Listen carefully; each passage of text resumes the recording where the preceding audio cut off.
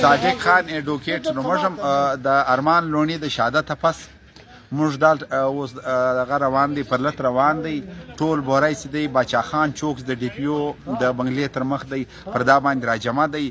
د اف آی آر دپاره باقاعده موږ درخواست لیکلی دی کوم چې دا واقعه ده په دې کې خاص چې کوم ملزم دی مرکزي چې کوم کردار دی هغه دغه عطاء رحمان نوموږي ترین دی ای اس پی دی فلایټ لیفټیننټ ریټایر شوی دی له فوج ځای راغلی دی له فوج بعد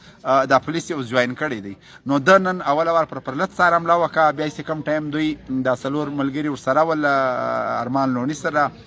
نو څلور پنځه دوه کيوم ملازی وي کيوم تمانخیل وي څنور کسان نو دا حمله پر وکړه د ذاتي طور چې دی په کونداغو ولې دی په کلاشینکوف او دی سوي د پبلک لایبرري مخ ته تحصیل روډ کې تقریبا 15 منټه کم شپږ بجې وې مازدیګر چې دا حمله پر وکړه د نور پولیس والا د سکم الکاران ورسره ول هغه د نور ځوانان ځینې د ملګري ونیول او د دا سړي په خپل د عطاء رحمان نوموږي ای اس پی دی فلایټ لیفټیننټ دی نو د ډېر خوا به ده ستاسو فوج خلاف سره خبرې کوي د په خپله په کونداغو ووایي عدالت ته د ارمان لونی بیا یې څوک ورې لکول نه 20 منټه دی عدالت ته بیا وږه پروت وي د هغې بعد هم چې دوی په ګاډۍ کې واخیستې ګاډۍ هم یې د خپله ګاډۍ مخې ته ور واچوله بیا چې اسپتال تلل اسپتال ګیټ یې ورته بند کړی وي دغه ای اس پي نو لهذا په دا ټول عمل کې دا سړی شهید سوی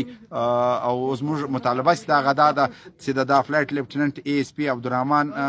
زما په خیال نوموږي د ده خلاف د اف آی آر کارت سي فورا د ګرفتار سي او ډے ټو ډے بنیاد باندې د ټرایل چل سي په شل شپې کې د نن د کیس فیصله سي د شمدي د ګوانو بیانونه د واخیستل سي او دته سي د پانسي سزا سي د هغه د ورکړل سي کني د ازموږ سي پی ټی ایم کده بوري دی کده ټول وطن کې د ازموږ احتجاج روان زموږ اوس ته پروګرام زموږ آینده عمل دغه د اف آی آر به دوی کاټي سی اف آی آر نوې کاټ سوی تر هغه پورې موږ د خپل پرلت او د شهید سي د عدالت به پروت وي دا ټول برای به موږ احتجاج کوو چې دا پر د باندې اف آی آر نه کاټ سوی ای اس پی عبدالرحمن باندې او د گرفتار سوی نه او دا زموږ مطالبات کور وده